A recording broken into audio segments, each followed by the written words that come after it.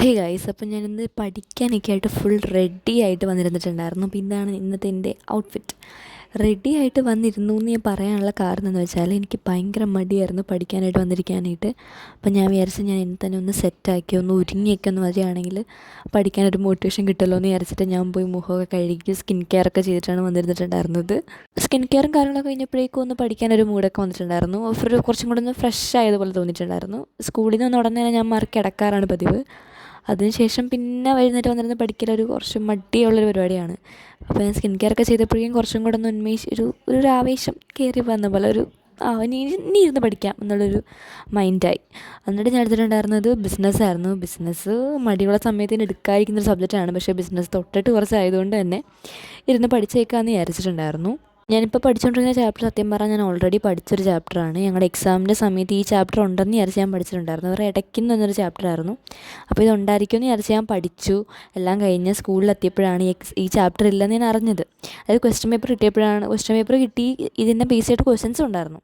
അത് ഞാൻ അറ്റൻഡ് ചെയ്തിട്ട് മാഡം പിന്നെ എക്സാമിൻ്റെ ഇടയിൽ വന്ന് പറഞ്ഞു, ഈ ചാപ്റ്ററിലെ ക്വസ്റ്റ്യൻ ഔട്ട് ഓഫ് സിലബസ് ആണ്, അതിന് എന്തായാലും മാർക്ക് കിട്ടി, നിങ്ങൾ എന്തെങ്കിലും എഴുതിക്കാൻ പറഞ്ഞു. എനിക്കാണ് ഇതിൻ്റെ പക്ക ആൻസർ അറിയാമായിരുന്നു. അപ്പം ഞാൻ പകുതിയോളം എഴുതിയിട്ടുണ്ടായിരുന്നു. അതിന് അവിടെ തന്നെ വിട്ടിട്ട് അങ്ങോട്ട് വന്നിട്ടുണ്ടായിരുന്നു. പിന്നെ ഇതിൻ്റെ മാർക്ക് കിട്ടിയിട്ടുണ്ടായിരുന്നു. ഒരു 4 മാർക്കിൻ്റെ ഒരു ക്വസ്റ്റ്യനും പിന്നെ 1 മാർക്കിൻ്റെ ഒരു MCQ ഉണ്ടായിരുന്നു ഈ ഒരു ഡിലീറ്റഡ് ആയിട്ട് വന്നിട്ടുള്ള പോർഷനിൽ നിന്ന്.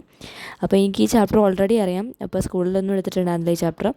പിന്നെ ഞങ്ങളുടെ സ്കൂളിൽ ഹാഫ് ഇയർലി കഴിഞ്ഞിട്ട് ക്ലാസ് തുറന്നതിന് ശേഷം ഈ ഒരു ചാപ്റ്ററായിരുന്നു ബിസിനസ് എടുത്തിട്ടുണ്ടായിരുന്നത്. അപ്പോൾ എനിക്ക് ഓൾറെഡി കുറച്ചൊക്കെ ഒരു ഐഡിയ ഉള്ളൊരു ചാപ്റ്റർ ആയതുകൊണ്ട് തന്നെ ഇത് ഇപ്പോൾ പഠിക്കുമ്പോൾ എനിക്ക് അത്യാവശ്യം കുഴപ്പമില്ല.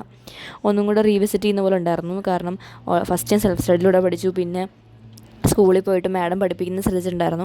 അങ്ങനെ പഠിച്ചു. ഇപ്പോൾ വീണ്ടും ഞാനിരുന്ന് പഠിക്കുന്നു. അപ്പോൾ എനിക്ക് പ്രോപ്പറായിട്ട് ഈ ഒരു ചാപ്റ്ററിൻ്റെ ഒരു റിവിഷൻ കാര്യങ്ങളൊക്കെ കിട്ടുന്നുണ്ടായിരുന്നു.